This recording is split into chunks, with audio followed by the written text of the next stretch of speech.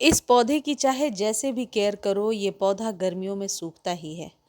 आप में से कई लोगों की क्वेरी में ये कॉमन क्वेश्चन है जो एग्लोनिमा को लेकर के देखने को मिलता है। आज के वीडियो में मैं आपको कंप्लीट केयर बताने वाली हूँ कि अपने एक्सपीरियंस से मैंने जो गेन किया है कि एग्लोनिमा के पौधे को सालों साल संभाल कर कैसे रख सकते हैं। एग्लोनिमा ऐसा पौधा है जो ज़्यादा केयर भी नहीं मांगता और चलता रहता है। एग्लोनिमा का पौधा पहले से आपके पास है और अब गर्मियों में पत्तियां रूखी बेजान सी हो रही हैं, तो सबसे पहली चीज़ जिसको आप ध्यान रखेंगे वो है सनलाइट। सनलाइट इस पौधे को पसंद नहीं है। आप इस पौधे को उजाले में रखिए, यानी कि डायरेक्ट सनलाइट में ना रखें। जैसा ये धूप इस पौधे पर आ रही है, लेकिन छन के आ रही है और गमलों के बीच से। डायरेक्ट सनलाइट इस पौधे के लिए कभी भी फेवरेबल नहीं होगा। यानी मार्च से लेकर के, क्योंकि अभी धूप तेज होने लगी है, अभी से लेकर के बरसातों तक आप इस पौधे को ऐसे जगह पे रखिए जहां छन के धूप मिले, मॉर्निंग की सनलाइट मिले। कहने का मतलब है जिस जो मीठी सी धूप हो, जिसमें कि बैठने से आपके हाथ पांव में जलन ना हो, जिस धूप में आसानी से आप खड़े हो सकते हैं, ऐसी वाली धूप इस पौधे के लिए सही होती है।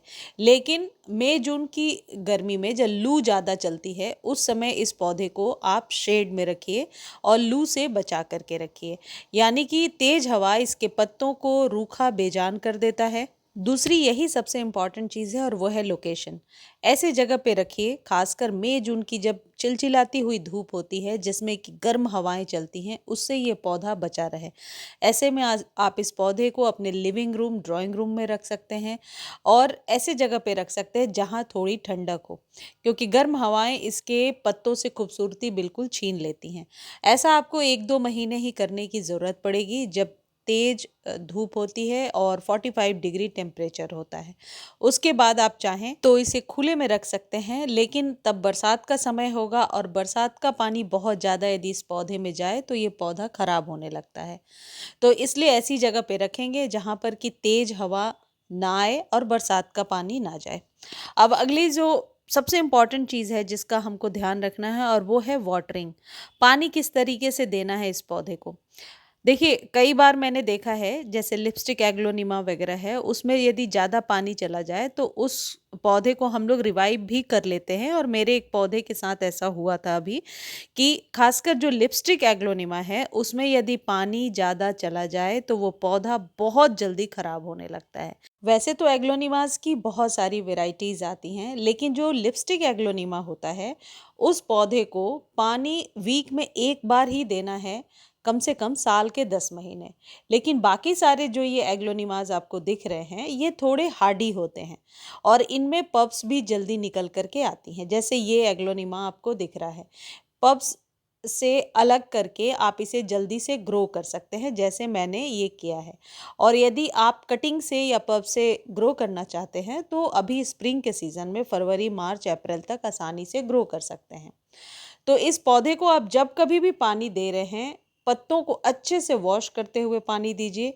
लेकिन इस बात का साथ ही साथ ध्यान रखिए कि सॉइल में पानी जमा नहीं होना चाहिए।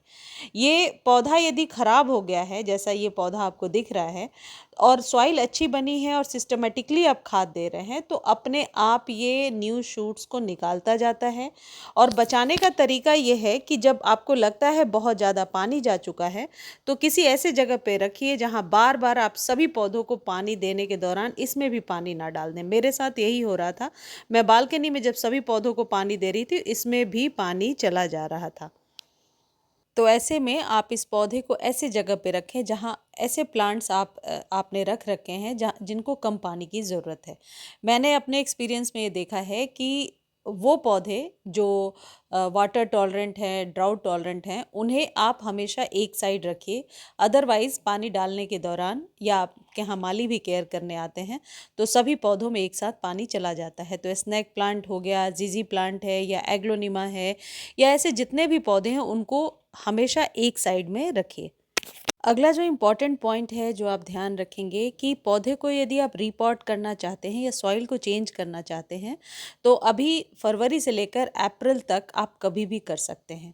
यदि आपका पौधा घना नहीं हो रहा, कई लोग लिख रहे थे कि मार्केट से, नर्सरी से जो हम लेकर आए थे, एक ही डंडी है, एक ही लीफ है, नई पत्तियां नहीं निकल रही हैं, तो कई बार ऐसा भी होता है कि रूट बाउंड हो जाता है, पौधे की जो सॉइल है वो नीचे से बहुत बाउंड हो जाती है और उसकी जड़ें खुल नहीं पाती हैं।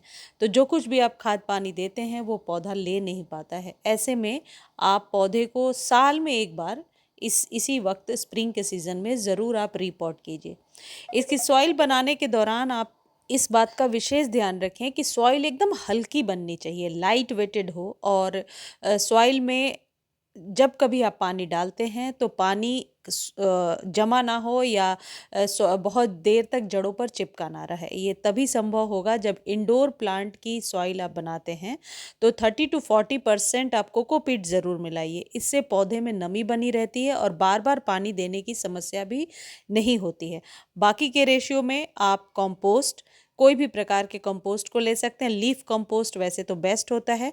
अच्छा, जितने भी खाद हैं उनको खरीदने का लिंक भी दे दिया है और टैग कर दिया है, तो आप खाद यदि लेना चाहते हैं कोई भी तो ज़रूर ले सकते हैं। और कंपोस्ट बाकी के रेशियो में आप गार्डन सॉइल मिलाकर अच्छी भुरभुरी मिट्टी तैयार कीजिए, जैसी सॉइल मैं आपको दिखा रही हूँ। इस पौधे के लिए आप कंटेनर साइज़ का बहुत ध्यान रखिए। कभी भी बहुत बड़े कंटेनर में इस पौधे को ना लगाएं। 5 से 6 इंच के बीच का कंटेनर इस पौधे के लिए एकदम बेस्ट होता है। अब बात करते हैं कि खाद कौन सी देनी है। देखिए, इस पौधे को वैसे तो बार बार खाद देने की ज़रूरत नहीं होती है। 3 महीने में एक बार भी यदि आप फर्टिलाइज़ करते हैं तो ये बहुत अच्छे से चलता जाता है। लेकिन इस बात का ध्यान रखिए, ओवर फर्टिलाइज़ करने से इसकी पत्तियां और इसकी स्टेम गलने लगती है।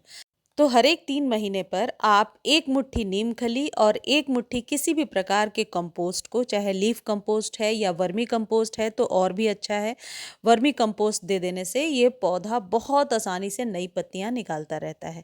यदि कई बार मैंने देखा है कि दोबारा भी पत्तियां लेना इसमें बहुत आसान हो जाता है यदि प्रॉपर वे में आप खाद देते हैं।